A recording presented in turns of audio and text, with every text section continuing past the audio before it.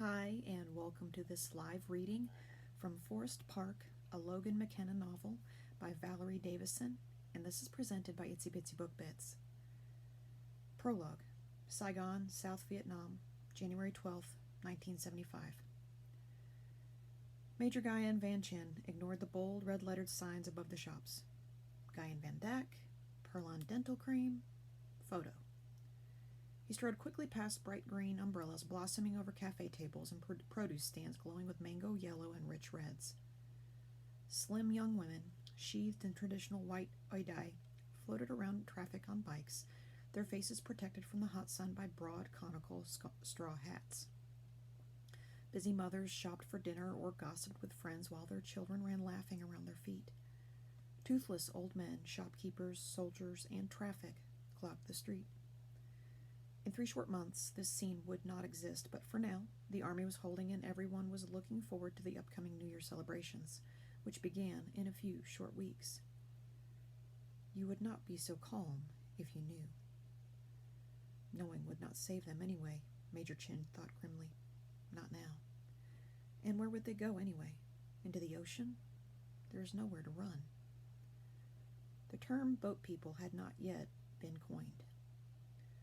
Chin navigated deftly through the crowd, focused only on arriving on time. Even in this time of stress, and maybe because of it, the brim of his cap sat square above his brow, and he had taken particular care trimming his thin mustache this morning. His uniform was crisp. A solid brace of medals filled the area above his left pocket. No one paid the 36-year-old military officer any particular attention. Saigon was filled with military men, from both the ARVN and the U.S. His purposeful stride and manner gave him a confident air, but today there was an additional undercurrent of urgency. Not panic, for Major Chin knew outright panic to be a useless emotion. He elected instead to use the strong danger signals his brain was producing to keep his body sharply focused. Every step he took in the next few days and weeks had to be placed perfectly. So much to do, no time to waste. Even though the Americans thought they could hold a Saigon through the dry season and even until the beginning of the next year, Chin knew better. From the latest reports, they had very little time. He needed to arrange this for the safe passage of his wife and Din before it was too late. Hence the appointment he was walking to now. Rounding onto Vung Tao, his path was blocked by a large white Mercedes pulled halfway up on the sidewalk. Some American officer, no doubt, or someone they'd bribed. Irritated, he walked around the behemoth and continued on. Everything American was too large. Until recently, he thought that included their commitment. They hadn't had enough supplies or equipment for months. Empty promises. How did the American government expect them to win? His men had recently had to cannibalize some of the older planes they could have used just for parts. His friends in the American Air Force felt the same way. It was always the government's far away that made a mess of things. Crossing the street, dodging traffic, he arrived at his destination, La Villa Cafe, and went inside. An elegant crystal vase filled with Bach Ma orchids curved over a gleaming mahogany table. Ceiling fans spun lazily overhead. Thankfully, it felt at least 20 degrees cooler, even just inside the door. It took a moment for his eyes to adjust to the dark. When they did, he found his friend had arrived first and was waiting for him at a table in the back of the restaurant, sipping a coffee. Jen smiled. Kong looked much the same, only fatter. As a child, his friend had been frail and small. Born with a pronounced spinal curvature, the other boys in the village teased him mercilessly when Chin was not around. Kong came from a household of women. He had no brothers, and his father died 2 months before he was born. If Chin had not fought Kong's battles for him, Kong would in all likelihood not have survived his childhood. No one knew why the tall boy had taken the damaged one under his wing, but from the boy's earliest years they were inseparable. Chin always felt a bit guilty for the praise showered on him for this. Chin's father had died when he was only 4, and Kong was the brother he would never have. The war separated them, but more than the war kept them apart now. Kong, unable to join the military due to his birth defect, made his way south to Saigon with nothing more than the rice in his stomach. Once Chin left to join the South Vietnamese Air Force, there was nothing to stay in the village for. The exhilarating chaos of wartime Saigon suited Kong well. He soon built a profitable black market business which had obviously continued to flourish if his weight and choice of restaurant were any indication. Their paths rarely crossed anymore, and when they met occasionally over the past couple of years, they spoke only briefly and never about business. The less he knew about Kong's black market dealings, the better, Chin felt. He knew if you needed something, you went to Kong. And Chin needed something now. But so did Kong. Money couldn't buy everything. Once again, Chin would save Kong, but this time his friend could help him, too.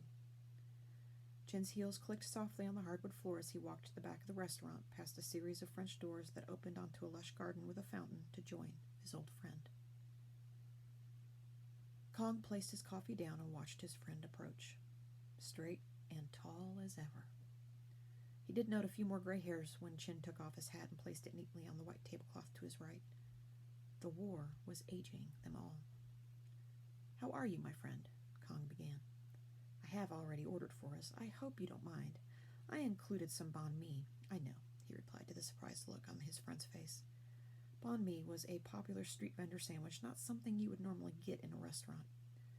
"Banh mi are my weakness. They make them for me here, and some wine. Here, they have the best. I would have ordered more, but you said this meeting must be short." Kong nodded to the waiter across the room to let him know his guest had arrived. Chin would have been happy with just a quick, simple bowl of noodles from one of the vendors outside, but was glad to indulge his friend. And given the importance of their meeting, a more formal setting seemed appropriate. "I am well," Chin answered, "and you seem to be quite well." Both smiled at the reference to his increased girth, of which Kong was proud. The surgeon said it was too late to do anything about his curved spine, so he pragmatically put up with the pain and decided to enjoy what was, indulging his many passions, which included good food, sex, math puzzles, and calculating his next business move. "I enjoy my life here in Saigon," Kong said, waving his hand across the view. "It is my city. The French, at least, left us with some things of value. The Americans are just leaving, or so I've heard." The sandwiches arrived first, and further conversation was put off while they ate. Kong took a large bite of his banh mi, savoring the crackly crust of the airy baguette spread with pork pâté, layered with cool, spicy chilies, cilantro, and thinly sliced vegetables. It did not do to rush these things. His friend had arranged this meeting. Let him speak first. Besides, the sandwich was true perfection.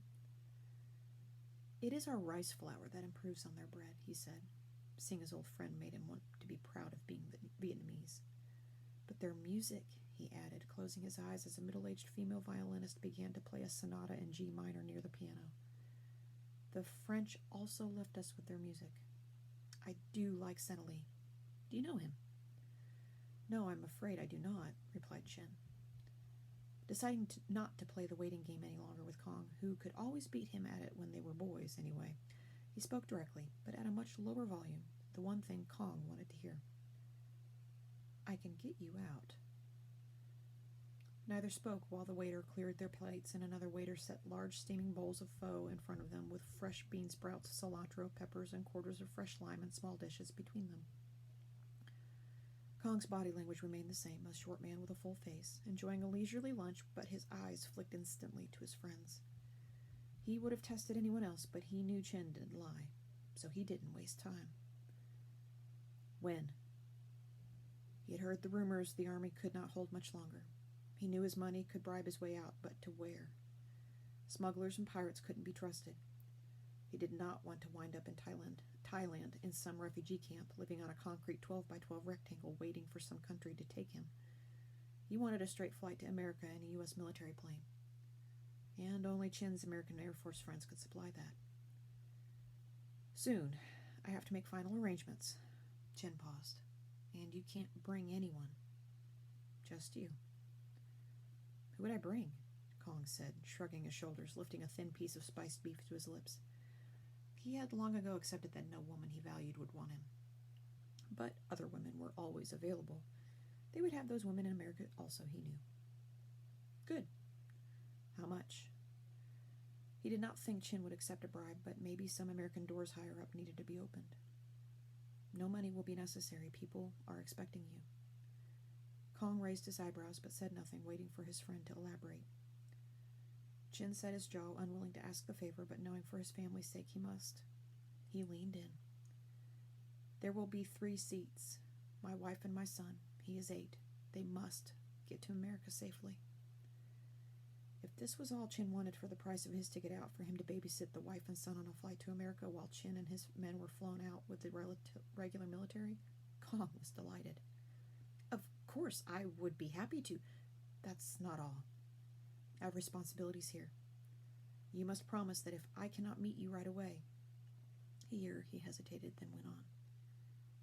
They do not speak English. They will need help in that way. Kong's English was very good. Americans were some of his best customers. I am not without resources, Chin added.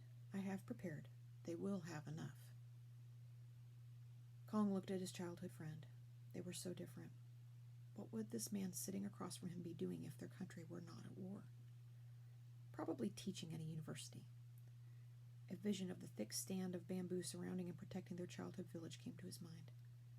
Chin was like that, strong and straight, always protecting, always doing the right thing, while he, Tran Van Kong, was more like the river running ceaselessly away.